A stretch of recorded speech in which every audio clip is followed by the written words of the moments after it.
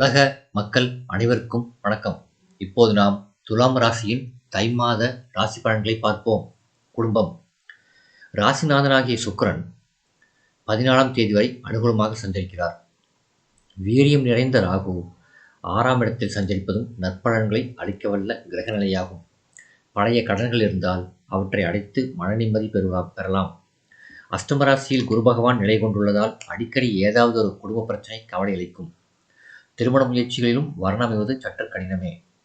இத்தகைய கிரக அமைப்புகள் உள்ளபோது கூடிய வரையில் விவாக சம்பந்தமான முயற்சிகளை ஒத்தி போடுவது நல்லது. புத்திரஸ்தானத்தில் சஞ்சரிக்கும் சனி பகவானின் சஞ்சார நிலைகளினால் குழந்தைகளின் கல்வி பற்றிய கவலை மனதை அரிக்கும். நெருங்கிய உறவினர்களிடையே ஒற்றுமை பாதிக்கப்படக்கூடும். மறைமுக பேச்சுக்கள் மனதில் வேதனையை ஏற்படுத்தும். உத்தியோகம். ராசிக்கு பூர்வ புண்ணிய ஸ்தானத்தில் சுக்கிரன் சனி பகவானின் சேர்க்கையினால் வேலை பார்க்கும் இடத்தில் நல்ல முன்னேற்றம் ஏற்படும். இருப்பினும் வேலை சுமையும் பொறுப்புகளும் சக்திக்கு மீறியதாக இருக்கும். நிர்வாகத்தினர் மீது அதிருப்தி ஏற்படும். சக ஊழியர்களின் மறைமுக பேச்சுகளினால் மனதில் வேதனை ஏற்படும். தொழில் வியாபாரம். சுக்கிரனுடன் சனி பகவானும் ராகுவும் வியாபார முன்னேற்றத்துக்கு உதவி செய்வார்கள். சந்தை நிலவரம் சாதகமாக இருக்கும். நியாயமற்ற போட்டிகள் குறையும். உற்பத்தியை அதிகரிக்கலாம். மூலப்பொருட்களின் விலை அனுகூலமாக இருக்கும். புதிய விற்பனை நிலையங்களை திறப்பதற்கு ஏற்ற மாதம் இந்த தை மாதம்.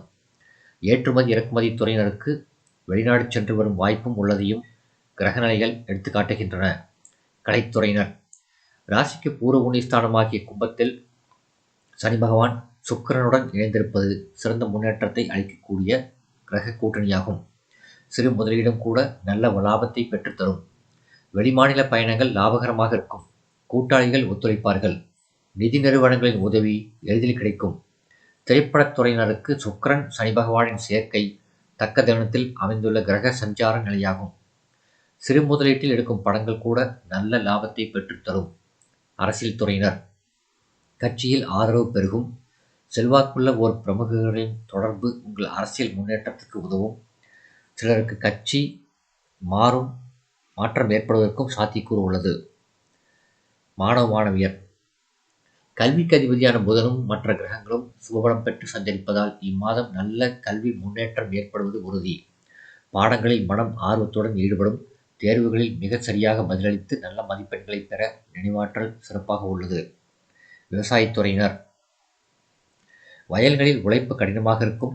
தண்ணீர் பற்றாக்குறை இருப்பதற்கு வாய்ப்பில்லை. கால்நடைகள் அபிவிருத்தியடையும். விவசாய பணிகளை நவீனமயமாக்குவதற்கு கிரகநிலைகள் சாதகமாக அமைந்துள்ளன. அண்டை நிலத்தாரோடு சுமூகமான உறவு நீடிக்கும். பெண்மணிகள்.